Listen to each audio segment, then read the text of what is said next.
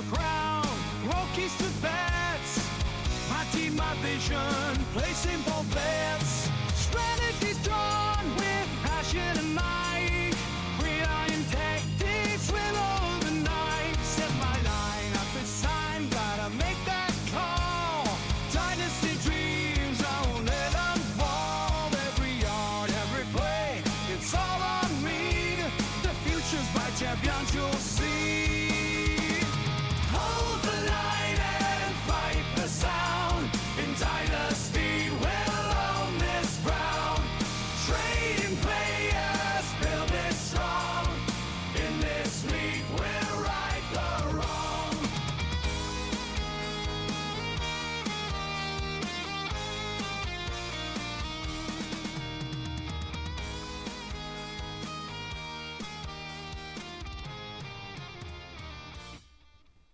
Welcome in to the Fantasy Flyer Hangar. It's Derek.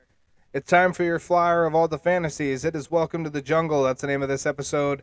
Week 1 is here. By the time you see this, Week 1 will be complete. This is going up on Tuesday. You will see some of my reaction at the end of this video for how my week went when I record this, hopefully Monday night. But all in all, this is the first part that I have to record. It is Friday afternoon, September 6th, and I am going to be going through my lineup and my thought process on why I'm building my lineup that way, how the scores from Thursday Night Football look currently in our rosters, and I'm also going to debut a brand new segment in just a moment. But I just wanted to kind of reach out at the beginning of this video and say that this is where it all starts, right? This is the first week. We start to learn a lot about these teams and how they're breaking down. I will give some quick notes at the end of this next segment, which is brand new, and I'm going to follow up on these teams. But for now, let us debut that new segment. It is called Sarcastic Sportscaster. He's nobody's fool on the air, you see.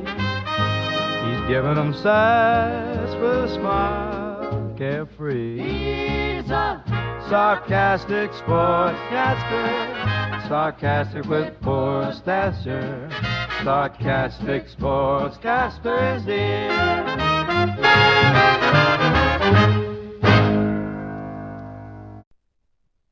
All right, it is time for the first edition of Sarcastic Sportscaster, covering the Thursday Night Football game, because I'm recording this on Friday, prior to the weekend, and I can do that. So we're going to jump right in. It is some highlights from the Chiefs and the Ravens. You're going to see the Ravens here 3rd and 11 in the first quarter, just a couple minutes. This is Justice Hill. He's going to make things happen with his feet. He is tiny. He's not Derrick Henry, and it makes it work. Next up, we're going to go 3rd and 9 later in the drive, 11:40 to go in the first. This is a deep pass. It looks like this one goes to Zay Flowers. He makes an appearance for one of the few times in this game. 3rd and 1, 9:40 in the first, and we got an RPO here, and this is Lamar Jackson speeding away like a criminal from a bank, and he's going to pick up the first down. He had like 986 yards on the ground. 9 minutes to go in the first, and hey, guess what? It's Lamar Jackson running again. Head first dive, 9 yards. I think they might have almost given him the first down. Doesn't matter. 2nd and 2 in the drive. Derrick Henry, he goes right into the middle, sounding like bombs going off in the middle of a war. His first score of the year of what will be many, and the Ravens get off to a hot start. You can see the snap and the handoff, replaying this, kind of going through Leo Chanel and a couple other linebackers. He is large, and now we have an ad for Peacock. All right, as we return to the game, it is the Patrick Mahomes show now. Chiefs going to come out, and it's an RPO as well. This one to Rashee Rice, and Rashee Rice was featured a lot in this game. He goes first down. I don't know if they gave it to him, but he is indeed a good player. Later on, 6 minutes to go. Hey, guess what? It's more Rashee Chinese Rice, and he is going for another 18 or 19 on that one. Another first down. Later in the drive, we got a little flippy doodle. This is just, you talking about speed with Lamar Jackson. This man runs like he's on cocaine. It's Xavier Worthy. He's running it in from 21 out.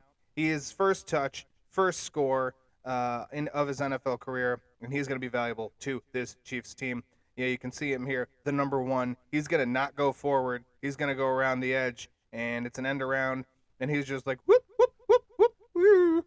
And there he is. He's in for his first score. And the Chiefs tie it up 7-7. Next drive for the Ravens, 5:55 to go. Lamar Jackson, he is going to throw. That's Isaiah Likely. You're going to see a lot of Isaiah Likely in this one. Big gain first down there. 3:50 to go in the first. And more Justice Hill. He gets plastered in the back like somebody's building a house.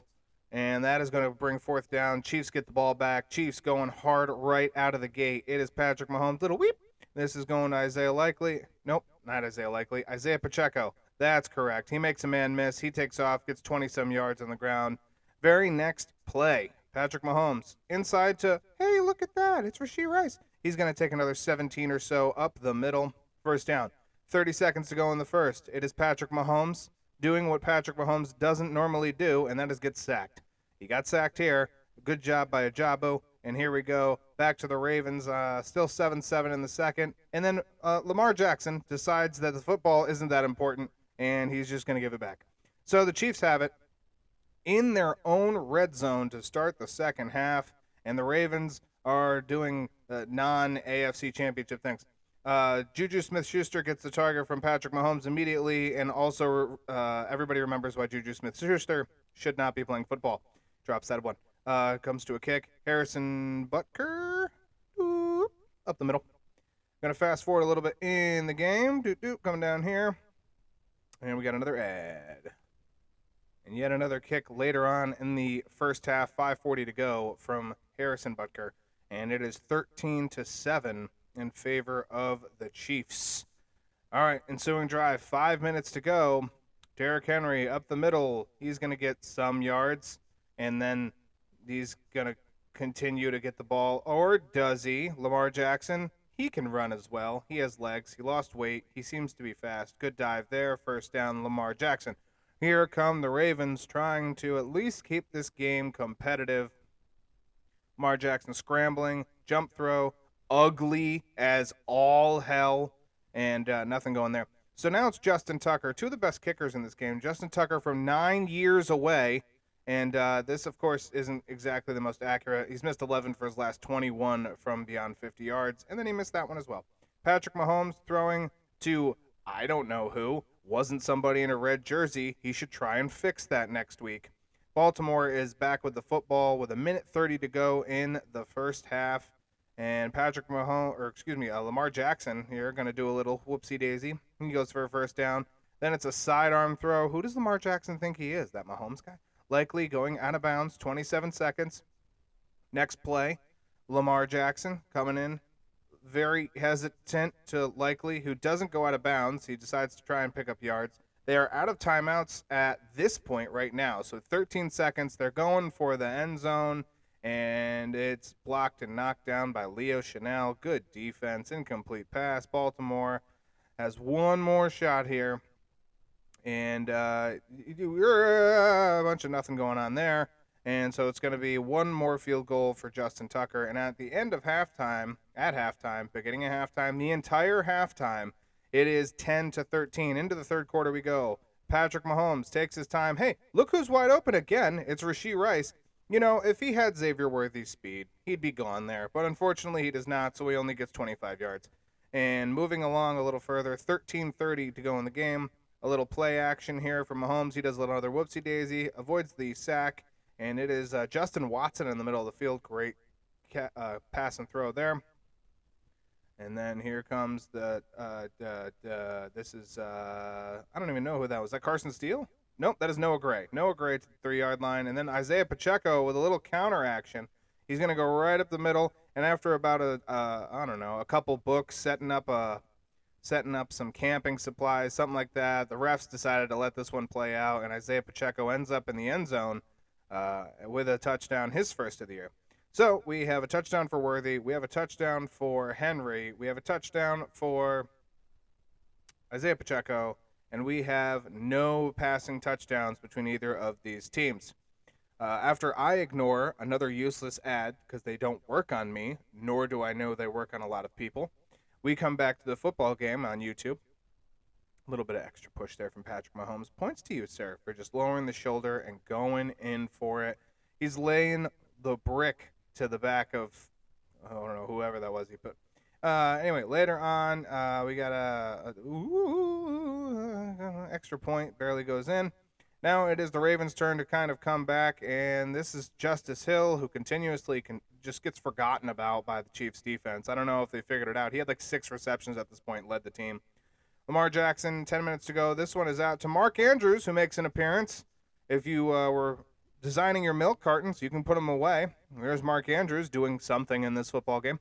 8 minutes to go in the third. Lamar, 3rd and 12. This one is just, good idea, but the man is covered like my pillow with a pillowcase. It's just not swell.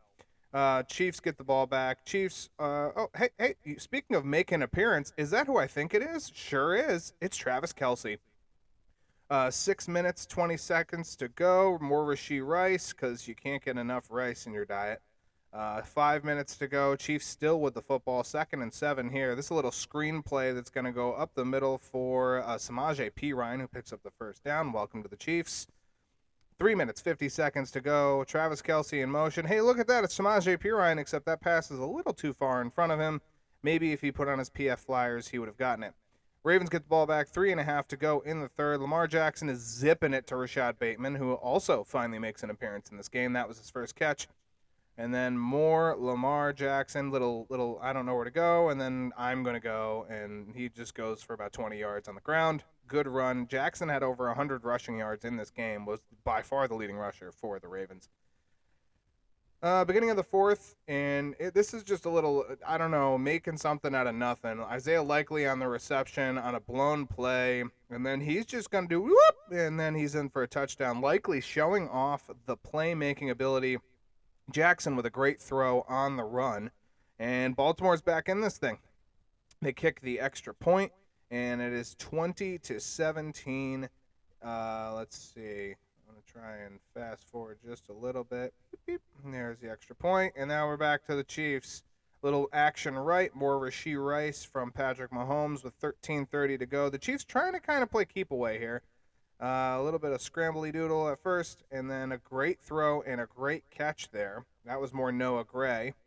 And then the Chiefs just kind of making this offense work. Patrick Mahomes, he's got all day in the pocket. Hey, Xavier Worthy should probably be defended by somebody. I don't know. The guy who's, hey, how about this guy in the white jersey? Can someone defend him? The Ravens aren't. So, there's a touchdown, the first passing touchdown of this game. And look, there's not even an attempt. Like, he's behind him. He's gone, I don't know where the defense went. And Xavier Worthy could care less about your problems because Patrick Mahomes feeds him nom, nom, nom, nom, nom, nom, nom, nom, nom, nom, nom.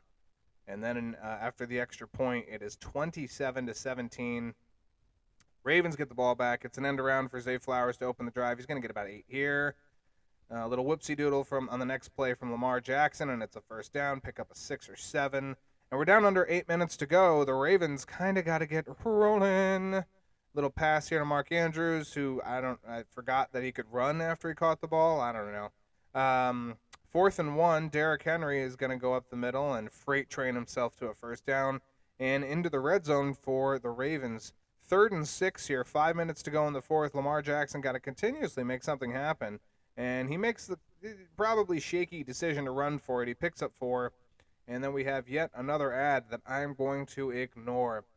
So at this point, the Ravens deep into their oh shit bag. And not a lot happening elsewhere. So the 3 points coming from Justin Tucker, 32-yard attempt. This one's as right as rain. And it is a one-score game yet again. 4 minutes to go. Chiefs just trying to play keep away, right? No, not really. Little pass, little screen action. Isaiah Pacheco never touches the ground here. The Ravens forgot that it's knee or elbow or anything besides a hand. I don't know. It's first down off the screen pass from Pacheco. He mans up and does important things. Patrick Mahomes then, 2:34 to go. Little yeet, almost gets an interception, but instead gets a reception just for himself. Ravens get the ball back, 1st and 10, and it's time to march it downfield. Isaiah Likely with reception 1 of what would be 4 on this closing drive. And then we got 1:45, under 2 minutes to go. Baltimore out of timeouts. So running with Lamar Jackson is going to be tough, except Lamar Jackson doesn't listen. And he runs for 10 yards, first down, good for you. He is fast, he is talented. 1 minute 30 to go. 2nd and 10. The snap comes to Lamar. He hits, hey, guess who? It's Isaiah Likely. About 8 yards on that one. 43 seconds to go. They're inside. They're on the Chiefs side of the field. And then Lamar yeets one to Rashad Bateman, who makes a great catch down at the 10-yard line. And things are starting to get juicy. So, got a couple plays. 1st and goal, you're going for the end zone. You got absolutely no timeouts left. Lamar Jackson sets up camp in the backfield, overthrows Isaiah Likely, who goes down really hard on his shoulder. 2nd and down. 2nd and goal. 8 seconds to go at this point, and Lamar Jackson decides that Zay Flowers has a 17-foot reach and misses a wide open in the back of the end zone. So final play, 3 seconds. Isaiah Likely is checked back in. Lamar Jackson decided to go for the wrong end zone for a second, turns back around, throws a bullet at Isaiah Likely, and it's originally called a touchdown. And you're thinking, all right, we got ourselves a juicy ending. We're going to overtime, or maybe it's going to be a 2-point conversion. And then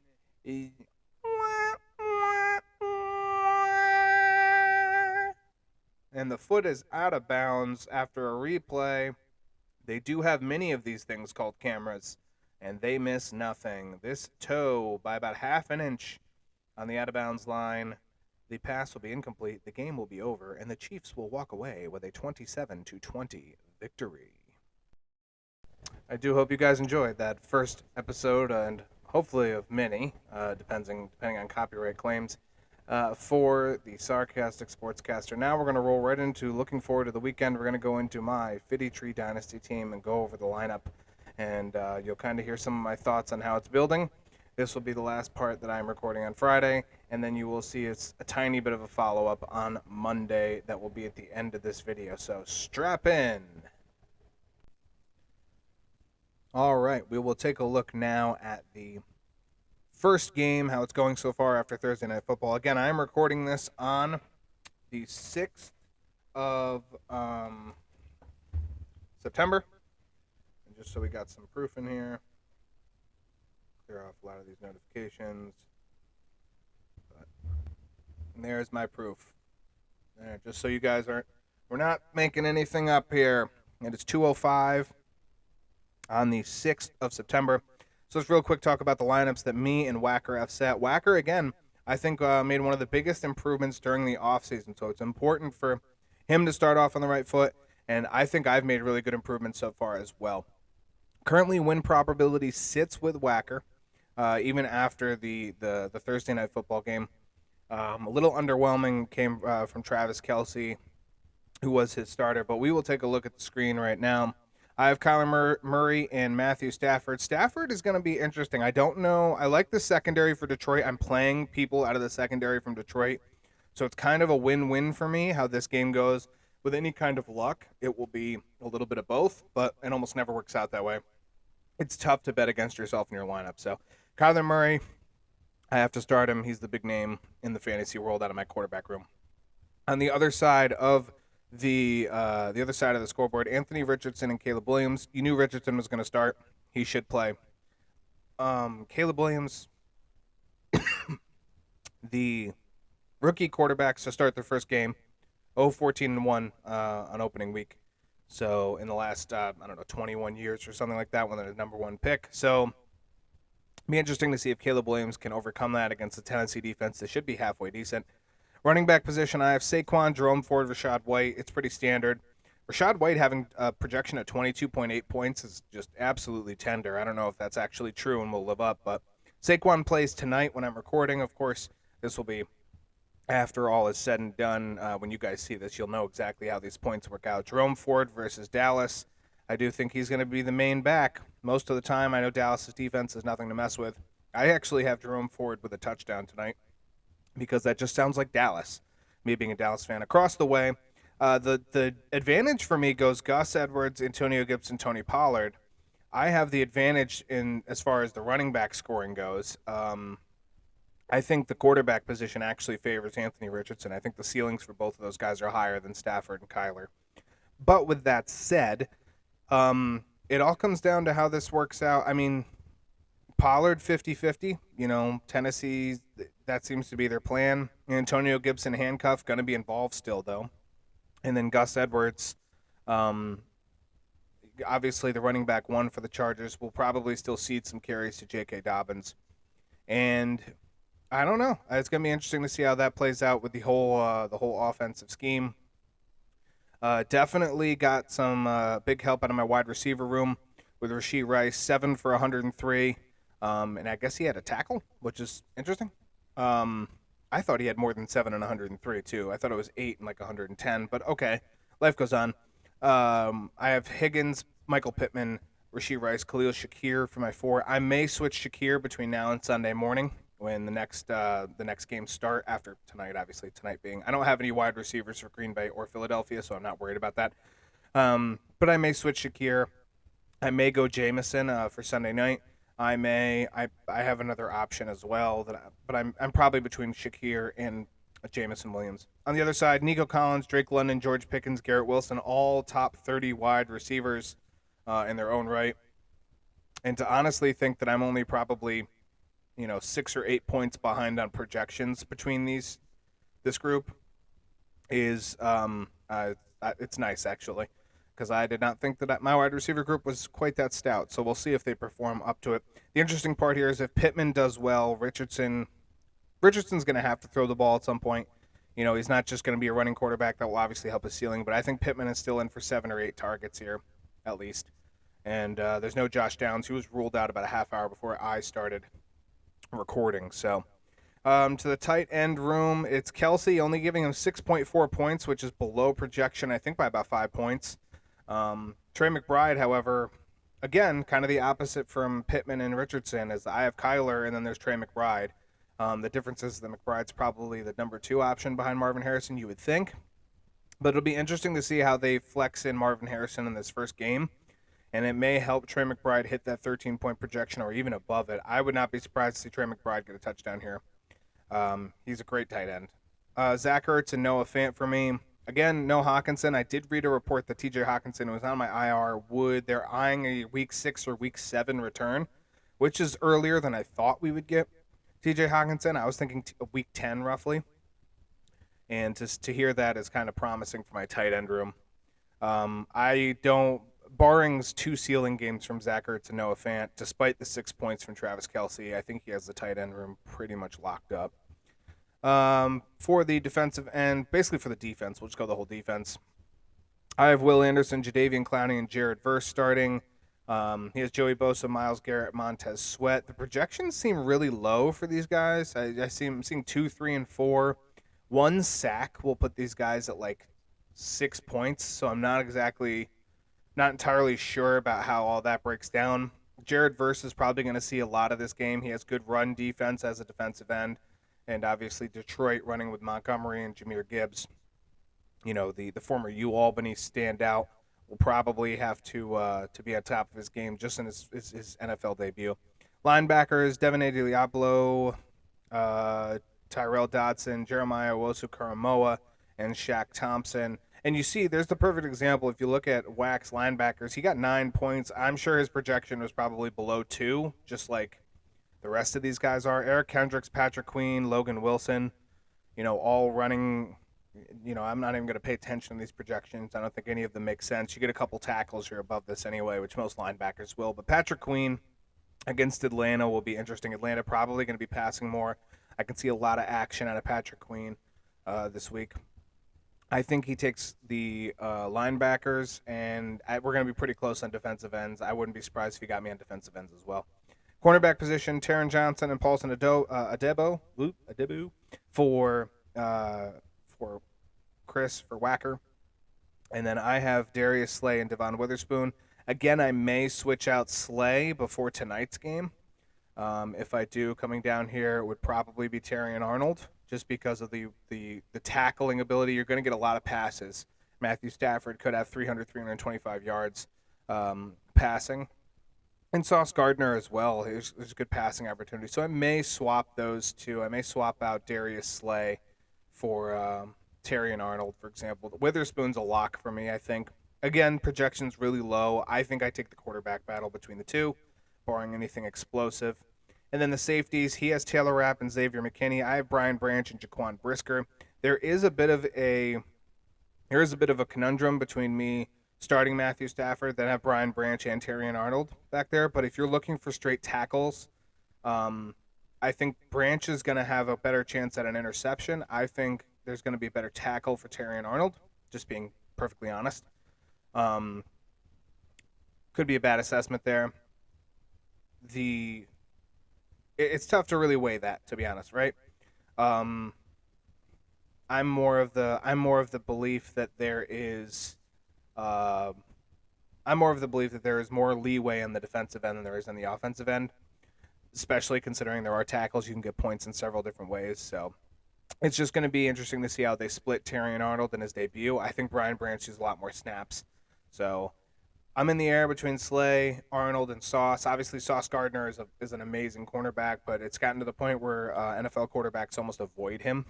So, breaking down my positionary thoughts on that, I may just put Sauce in there just because I want to see what the snaps look like for a week or two with Terry and Arnold before I go throwing them in there, especially when it conflicts with Brian Branch and my starting quarterback.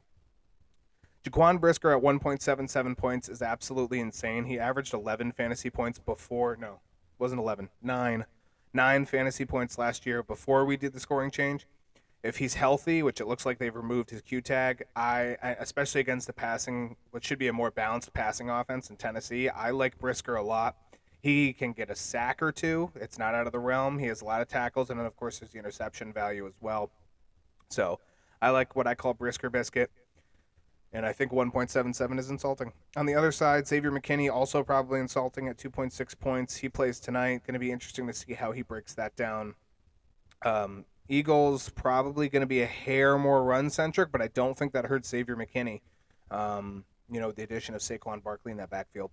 Taylor Rapp against Arizona. Yet to be seen how Arizona's offense changed, so I'm on the fence with that one. If you look at the total points as they line up right now, we are neck and neck. He had 2 players go and scored 15.4 points out of last night's Thursday Night Football game. I had Rashee Rice as the only person who went, so I have one more player to go, and I am currently in the lead, but again, whole lot of weekend left. Who's going to falter? Who's going to not? Those are the reasons that I have set my lineup the way it is. And again, I've laid out where I think my changes might come before the weekend's over. No one else that's really intriguing me as far as swapping in. The only other one, like I said, is Jameson Williams or Adam Thielen for wide receiver. I'm leaning more Williams than Thielen, and right now I'm leaning Shakir more than Jameson Williams, just because I think the secondary for Arizona is still bottom half of the league. They've made improvements, but I still think they're in that 15th to 20th range at best. So that's why I'm leaning Khalil Shakir. I also, using the same rookie introduction aspect of here's your first game, we're not going to throw you at 85% snaps. I don't think Keon Coleman sees the field quite as much, and Khalil Shakir is the most advanced in that system with its knowledge as far as working it. So leads me to believe that Khalil Shakir could go for, if I was to project something like this with the amount of, it depends on how much Josh Allen throws, I could see 7 targets to Shakir, maybe 4 or 5 receptions, 50 yards. And that would probably be about where I would expect him to be. That might even be a little on the high side. It all depends on what Dalton Kincaid gets, how much the Cardinals focus on Dalton Kincaid, and how much they're forced. Josh Allen is forced to go to James Cook, is forced to go to Khalil Shakir, is forced to go to Keon Coleman, Matt Collins, Curtis Samuel. Curtis Samuel will probably be in the same realm as Shakir. 4 or 5 catches, 50 yards. I wouldn't be surprised if he had a few rushes in there as well, being the gadget player he is. Only 1 defensive end on my bench, 2 defensive tackles. I'm going to let Jalen Carter sit tonight. It just seems to me, last year they held him back. It felt like he wasn't playing a lot of snaps, which you'll never see, 95%, 100% defensive tackle snaps throughout the year, but it seems like 50, 60%. I was seeing a lot more than 80 or 90. I want to see how they let him go tonight against Green Bay in Sao Paulo, Brazil. Byron Murphy, same rookie aspect. See what his snap share looks like. Yaya Diaby is low-key probably like the best defensive end on Tampa Bay. Probably one of the best in the NFC South. Had a great finish to last year. I think he really capitalizes. He really, really stood out at the last 5 or 6 games last year. Yeah, so that's how it works as far as my points go. It looks like 4 tackles is 8.4 points. So there's your 1.2 points per tackle. Or, nope, that's 2.1 points per tackle for players. So that's a great example right here of how the points don't really they're not being yes, I know. They're not being identified well enough by the projections. George Karlaftis at 2.9. That was a good leave on the bench, I think. And I don't have anybody else who's played yet. So that's the breakdown of where we sit on Thursday night and how I get to my lineups. We'll see how everything goes on the other side of the weekend when I come back to this on Tuesday. Eventually. All right. Thank you for joining me. It is now Tuesday, technically Tuesday evening. I was going to record on Monday night, but I decided to let the Monday night football game play out. I went and did some other things yesterday, and I was going to come back to it. So hello, past me from the future that you are now seeing live now that the past is in the past. So we'll jump right into the results. I am 1-0. I came away with honestly a pretty good... Nice. Yeah. Nice. Okay. I'm 1-0. I just dropped my phone when I did that, but I'm glad that fate would just want me to. It's nice. Big weeks. We knew Saquon had a bit of a jump here. You can see my points. I don't know why the screen is so small right now, so I will just slide it over when that happens. But yeah, just pointing out some differences. Stafford and Kyler Murray both had very mid weeks. I would say both were projected for upwards of 22 points, and neither one even hit 20. Saquon, huge hold. Jerome Ford with the garbage time touchdown. Rashad White, basically all receptions, right? 7 catches for 75 yards. He did perfectly fine. On the other side, Wack did not get a good game out of Caleb Williams. Gus Edwards and Antonio Gibson were choices. Edwards just kind of didn't look like he was ready to play football. Tony Pollard, great week. Nico Collins, great game. Drake London, kind of a stinker. Big stinker, actually. George Pickens, Garrett Wilson did perfectly fine. I expected Wilson to have more after he had like 4 catches for 45 yards in the first half. And it just didn't materialize. My wide receivers, when we spoke on Friday, and in the earlier part of this video when I recorded that on Friday, T. Higgins was still in. Between Friday and Saturday, he went doubtful. We had a hamstring injury, something else like that. And on Saturday, I moved Demario Douglas in just so I didn't forget, and then I forgot to move Demario Douglas out, and I thought, well, damn, that's going to hurt me. I intended to play Shakir, Rice, and Pittman, so those 3 were fine. I was going to trade Demario Douglas out for Jameson Williams, and I didn't, and I should have, although all it really did was prevent me from scoring 300 points instead of 281. But Michael Pittman was also a bit of a stinker. But Rashee Rice and Khalil Shakir did exactly what I expected him to kind of do, which was to have just a few catches and then hopefully it would fall in the end zone, and surprisingly he did. So that was good. Tight end wise, I did nothing with mine. Zach Ertz, 3 catches for 28. Sure, Noah Fant had the first 2 catches of the game and then didn't participate. Travis Kelce and Trey McBride, most of the tight ends in week 1 is not good. Defensively, we're starting to get, this is my first look at the defensive scoring. Joey Bosa, Myles Garrett, Eric Kendricks on the screen for Wacker did very good. Lots of points, very important. I believe they were 2 and 4 or 3 and 5 maybe on his scoring for his team. My defensive ends did not do really well. Jared Verse came in huge on Sunday night against the Lions. Tyrell Dodson had a great game at 17.3. Jeremiah Wilson-Karamoa, 13 points. Shaq Thompson, 13. Patrick Queen with a little bit of a down game in his debut for Pittsburgh. Logan Wilson had 20 points, 19.5. And then where I really overtook him, though, was down here in the secondary. He put up a grand total of 33 points. I put up 40. Checks notes. Nope, 53 or 54. So I had him a lot. Darius Slay with 9.5 was the bad player out of my secondary. Devin Witherspoon, 14.7. Brian Branch, 18. Jaquan Brisker, 13.5. And I'd mentioned earlier in this video, I was between Slay and Arnold, and I didn't think that I should put in 2 secondary pieces from Detroit. As it actually turns out, Terry Arnold had 18 points. So had I done that, I would have scored even more. But that's besides the point. You take the W where you take the W. On the bench, he had Jordan Mason, which you wouldn't have known. All of his running backs played Sunday. Everybody thought McCaffrey was going to go. And Jordan Mason goes off on his bench, without anybody knowing. That's a whole different ballgame. J.K. Dobbins, of course, would have been played behind Gus week 1. I think that he will probably change that for week 2 and pick up a win, too, if he can play anything like he did. For me, most of my bench, Bucky Irving, number 1 in the league in explosive plays for any running back over who had 5 carries or more. And that's an interesting note. He had 10.5 points. Zach Charbonnet with a 30-yard touchdown, the only thing that really saved his fantasy day. He is a potential on my radar. However, just a little spoiler alert, we'll talk about this in the What We Learned, the other video that I will drop in a little bit.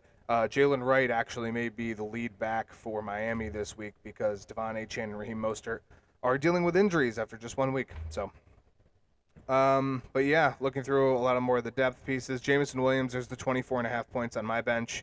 I had a possibility of hitting probably 325 points here. I'm not sad. It's a win. Terry Arnold had 16.8. They stat corrected him. Amani Hooker on Wack's side with 17.1. A lot of his safeties actually went off. He had Taylor Rapp at 9, which isn't horrible. So he could have put in more for his safeties too. There's no way he would have ever known about Jordan Mason, so I don't expect that. If he had put Dobbins in and, say, Gardner Minshew instead, it would have been a lot closer of a game. But I get him 281.9 to 249.3. I move on to week 2, so that's how the week shook out and how we got to where we are. And that's going to wrap up this episode of the Fantasy Flyer, just as a little touch-on for my thoughts and how the week progressed for mine. I will be back with week 2. Probably somewhere around Friday, and we will touch on all my thoughts and the lineups for that. By that point, you guys will know if Jalen Wright did make it into my starting lineup or not. That is a Thursday night game, Dolphins and Bills, and I don't know. I might just let him see. I might just see how he goes and might play something else. I'm on the fence right now. We will see how it works. But for now, my name is Derek Wright from the Fantasy Flyer, from the Hangar. You know what to do. Bob Barker reminding you, help control the pet population. Have your pet spayed or neutered. Goodbye, everybody.